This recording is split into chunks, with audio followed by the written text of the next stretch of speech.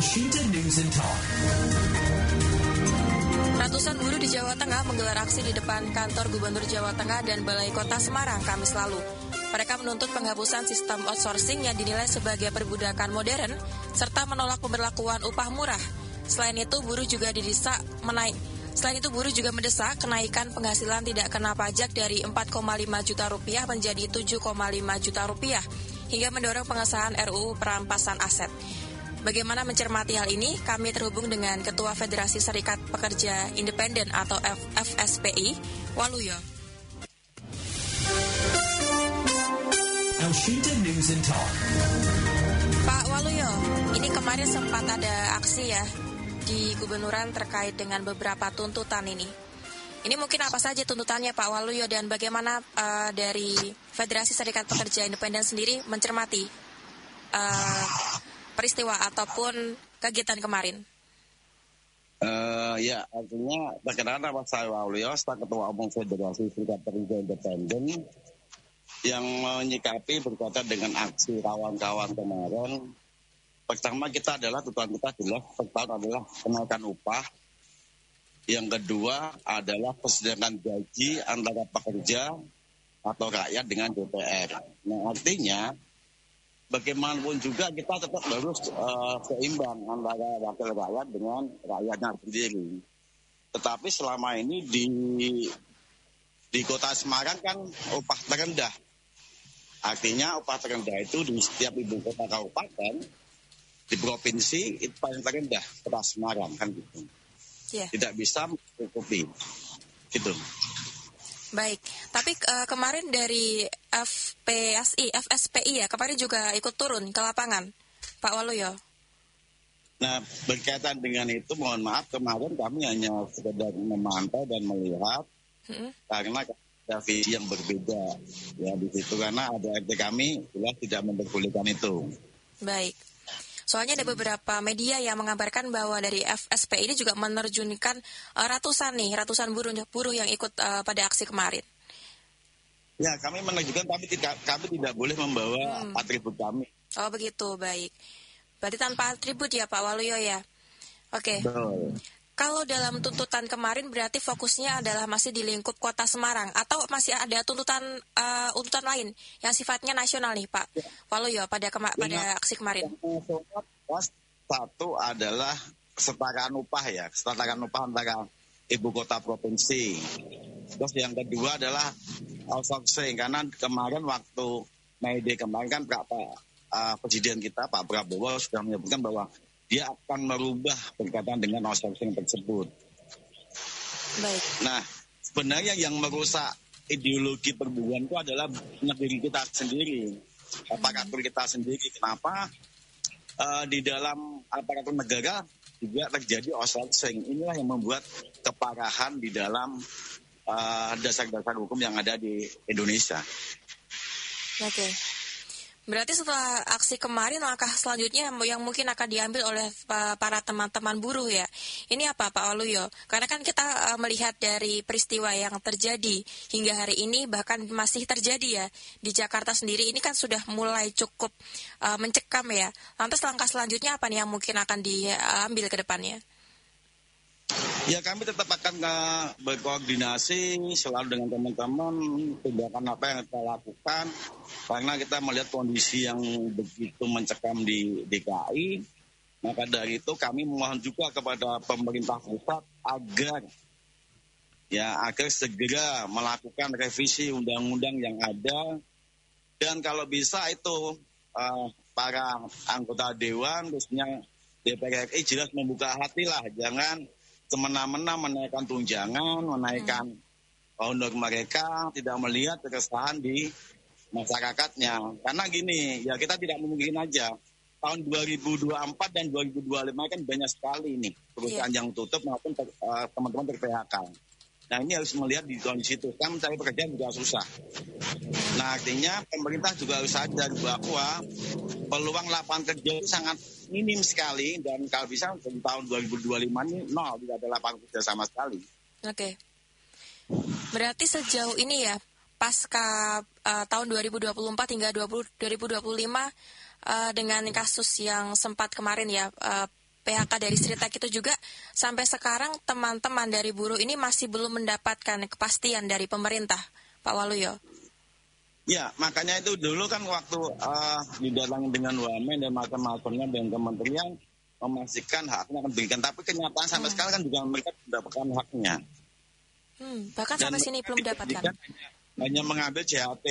Tapi JHT itu hak mereka pribadi, bukan hak pesangonnya, bukan hak yang diberikan oleh pengusaha. Nah, bagaimana sekarang tanggung jawab negara ini terhadap mereka? Baik.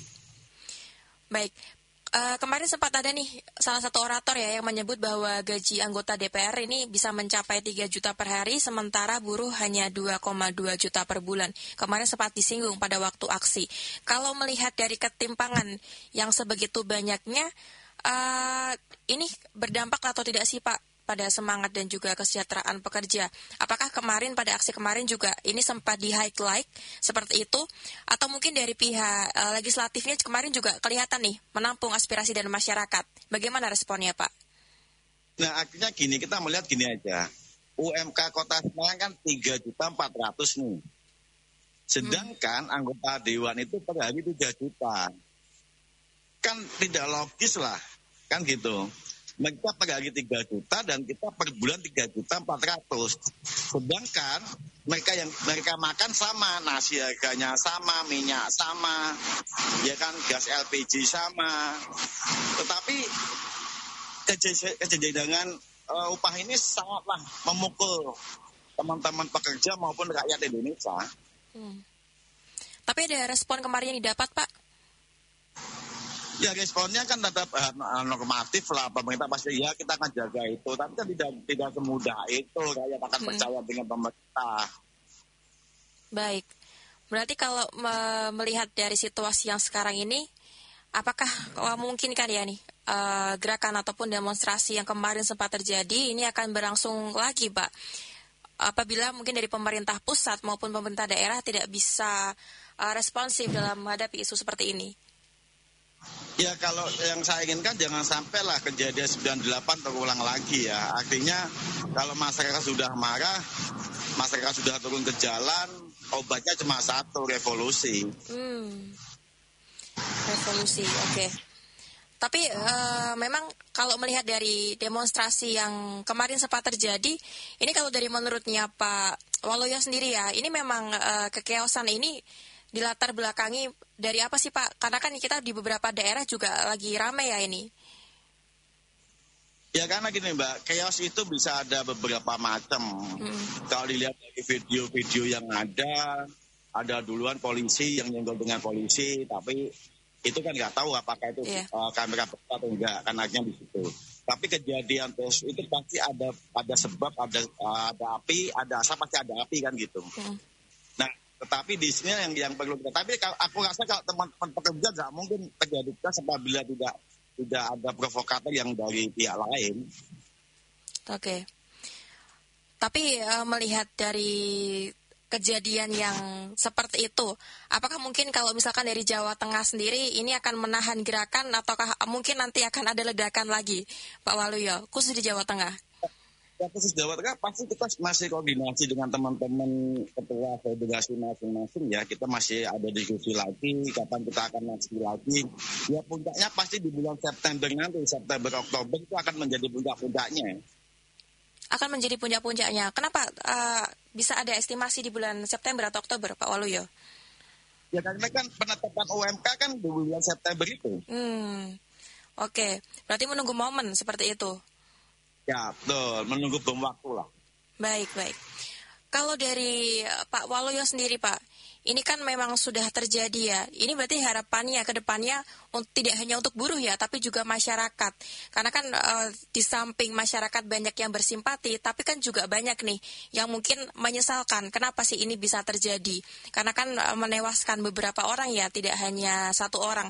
Kemarin juga sempat viral itu yang terlindas, dan itu juga meresahkan masyarakat untuk memberikan mungkin edukasi atau gambaran kepada masyarakat bahwa sebenarnya gerakan buruh ini tidak hanya condong kepada buruh, tapi juga untuk masyarakat secara universal. Ini bagaimana Pak? Ya, intinya itu ada di wakil rakyat kita dengan pemerintah ya. Apakah dia mau membuka secara lapang dada, berdiskusi dengan fair ya. Berdiskusi dengan fair artinya kebutuhan teman-teman itu KHL-nya berapa untuk rakyat itu. Kalau kita sudah menyebut KHL kan artinya untuk rakyat seluruh Indonesia kan, kebutuhan KHL-nya. Nah, artinya kesenjangan upah ini sangatlah pengaruh di dalam hati mereka. Kejengkelan teman-teman di situ. Kenapa kita yang bekerja segalanya kena pajak, kita beli beras pajak, minyak pajak, tetapi upah kita sangat rendah. Nah, jangan sampai, tapi harapan saya bahwa pemerintah pemimpinan Pak Prabowo ini bisa membuka peluang dan anggota DPR itu tidak sesombong itulah. Tidak selalu mengumbar nafsu dia berjoget, nafsu dia main TikTok kan gitu. Oke, berarti ini juga sebagai bentuk respon ya atas apa yang kemarin sempat viral di DPR RI sendiri. Iya betul, karena dengan munculnya korban ini pasti kemarahan rakyat pasti akan lebih besar nanti. Baik, Pak Waluyo, ini saya bacakan dulu beberapa komentar yang masuk dari pendengar. Dari Pak Abdul mengatakan seperti ini, buruh minta hapus outsourcing karena dianggap perbudakan modern. Kalau semua outsourcing dihapus, solusi konkretnya bagaimana Pak? Biar perusahaan tetap jalan tapi buruh juga tidak dirugikan. Katanya seperti itu dari Pak Abdul. Nah, artinya outsourcing itu awal mulanya itu kan dari PLN. Outsourcing PLN.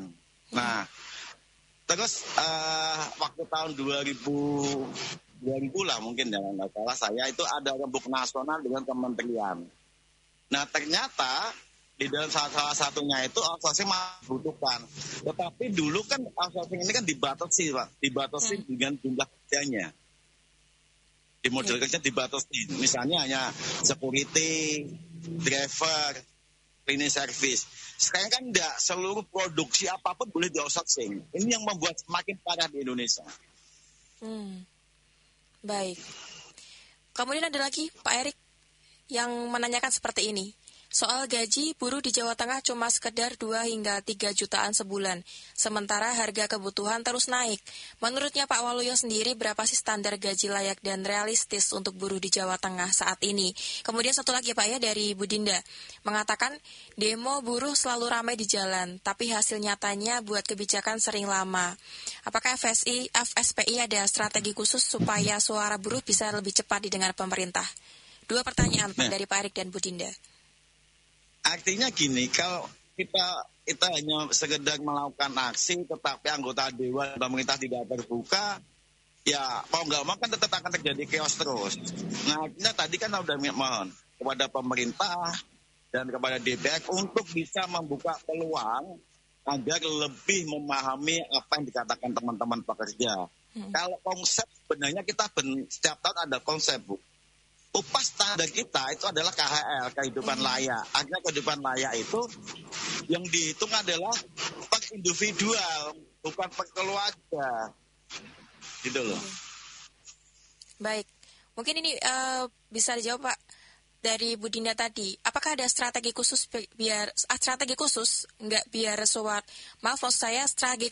khusus dari FSPI supaya suara buruh bisa lebih cepat didengar pemerintah? Ataukah memang langkah kemarin ya, demo kemarin itu sebagai suatu langkah dari para teman-teman buruh sendiri? Ya sebenarnya langkah kita per tahun sudah jelas ya, konsep sudah kita kasihkan, di setiap gubernur pasti ada konsep itu teman-teman bagaimana menghitungnya. Cuma kan sekarang pemerintah itu menjadi lempar-lemparan kan gitu.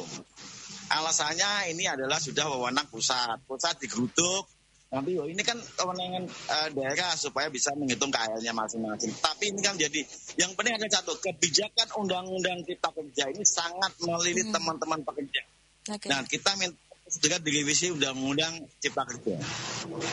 Dengan merevisi undang-undang Cipta Kerja. Oke, Pak Waluyo, satu pertanyaan lagi ya dari Bu Halimah.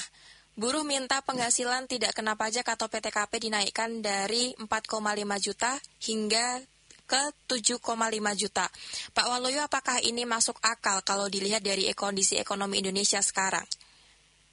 Nah, seharusnya memang segitu Mbak, karena prinsipnya pendapat pekerja berapa sih kena pajak, sedangkan anggota dewan dia nggak kena pajak, yang bayar pajak adalah negara kita, bangsa kita yang bayar itu. Berapa misalnya anggota DPR RI misalnya per bulan 1 miliar itu mereka nggak kena pajak, yang bayar pajak adalah negara.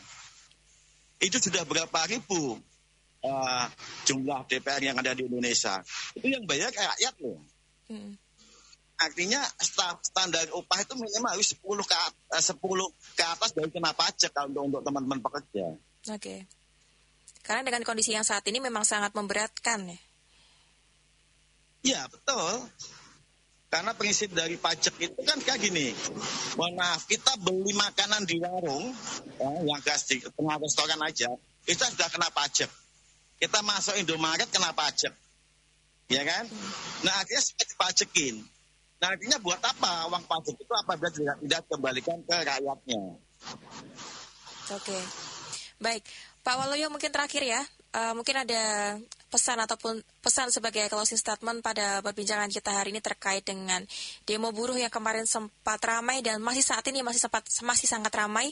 Mungkin apa yang bisa jadi perhatian bagi masyarakat, terkhususnya pendengar El Sinta nih yang sedang mendengarkan.